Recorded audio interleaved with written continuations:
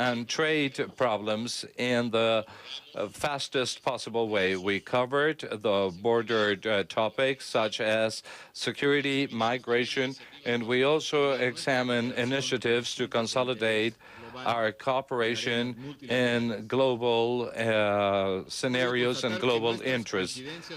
I can highlight here that the areas where we agree are broader than our differences. There is a broad convergence of interest, and this is not only given to the fact that we share common goals, but there is a will on both of us to turn the fact of being neighbors into a partnerships that will act as a leveler for shared development.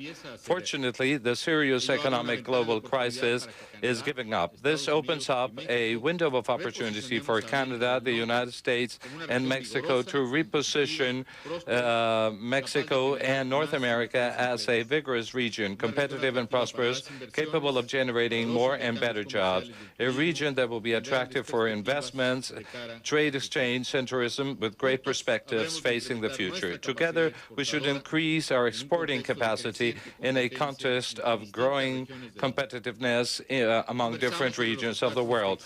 We talked about the different obstacles that are there for complying with transportation obligations that have been established at NAFTA, a situation that impacts jobs, companies, and consumers in Mexico and in the United States. And we shall work in order to achieve a quick solution with a constructive, creative solution in the long term in this and many other areas. As the President has stated, we gave special attention to the border matters. The border is not only a place of encounter for both our nations, but it's also an area of opportunity for our aspirations that we share regarding development. For this, we will allocate more resources for the border infrastructure in order that it will be at the height of the needs of our economies and communities, and that it will benefit both sides of the border. We will strengthen the coordination among the government officials on both sides of the border to reinforce security. We want to make this quite clear. We, both countries, want to have a safe border for our people. We agreed upon the urgency of reinforcing the actions to stop the flow of drugs, weapons, and cash. And for this, we will work with full obedience to the legislations and jurisdictions of each country in a co-responsible way. In reference to the migratory issue, I acknowledge the sensitivity and the commitment of President Obama to look for a comprehensive solution that will be respectful of the rights of the individuals and will be adjusting itself in a realistic way to the needs of both our economies. We talked openly about this and other issues. We identified that the economies of our countries are clearly complementing each other. And when we integrating them, they are a powerful tool to bring productivity and competitiveness up within the whole region. Greater competitiveness in North America means more jobs and better living conditions for the people of the United States and for the people of Mexico. In Mexico, we are and will continue being respectful of the internal policies of the United States and its legitimate right to establish, in accordance to its constitution, whatever laws it approves. But we will retain our firm rejection to criminalize migration so that people that work and provide things to this nation will be treated as criminals. And we oppose firmly the SB 1070 Arizona law, given in fair principles that are partial and discriminatory. This and other issues were covered during this meeting, which I would dare to say that it's historic given the level of understanding and trust that we have reached. For the meantime, I would just like to highlight this open and honest and constructive dialogue that we keep and hold with the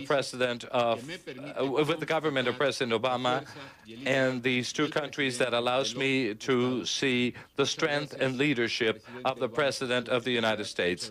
Thank you, President Obama, for your hospitality. I want to thank all of you for your kind attention. Okay, we've got time for one question each. I'm going to call on Lourdes from Univision. Why don't you wait for the microphone so we can hear you? Here. Thank you, Mr. President. President Calderon called again the Arizona law discriminatory. You have called it misdirected. Do you agree with him? What impact do you think that this law can have on the U.S.-Mexico relations, the prospect for immigration reform, and the lives of millions of Mexican Americans in this country? And what actions did you tell the President Calderon that you would follow in the following days and weeks? Well, I think the Arizona law has the potential of being applied in a discriminatory fashion.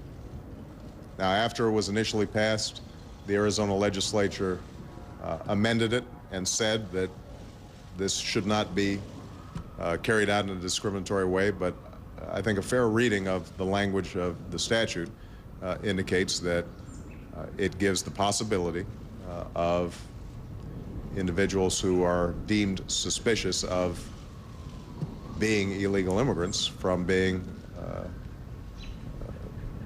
harassed or arrested, and the judgments that are going to be made in applying this law are troublesome. Now, what I've directed my Justice Department to do is to look very carefully at the language of this law to see whether it comports both with our core values and existing legal standards, as well as the fact that the federal government is ultimately the one charged with immigration policy. And I expect to get a final report back from the Justice Department soon, at which point we'll make some decisions in terms of how we are going to address that law. Now, what I've also said, though, is that the Arizona law, I think, expresses some of the frustrations that the American people have had in not fixing a broken immigration system. And frankly, the failures of the federal government to get this done. I'm sympathetic to those frustrations. I share those frustrations, which is why from the time that I was a U.S. Senator through the time that I ran for president until now, I have consistently said that I'm supportive of a comprehensive immigration reform approach. And I think the majority of American people are open to a comprehensive immigration reform approach, which would say the following things. Number one, that the federal government takes its responsibilities for securing our borders seriously. And as I just stated in my opening remarks, we have actually put more resources, more personnel on the borders, and illegal immigration is actually down on the borders, not up. I know that's not the perception out there, but that's the fact. But we haven't done enough. So we've got a responsibility to create an orderly border, and that's something that we have to do not unilaterally, but also working with the Mexican government, because there are enormous flows of trade and tourists and people along the border region. The economies are interdependent, and we've got to control the borders, but do so in a way that does not have an adverse impact on the economies of those regions.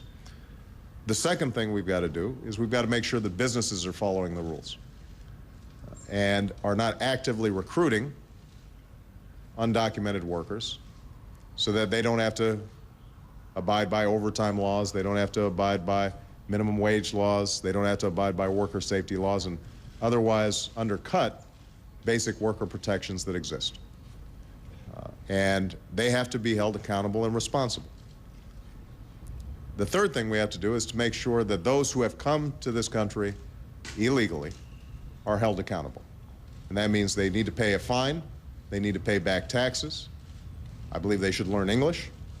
I believe that it is important for them to get to the back of the line and not in the front, but that we create a pathway so that they have an opportunity, if they are following the rules, following the law, to become legal residents and ultimately citizens of this country.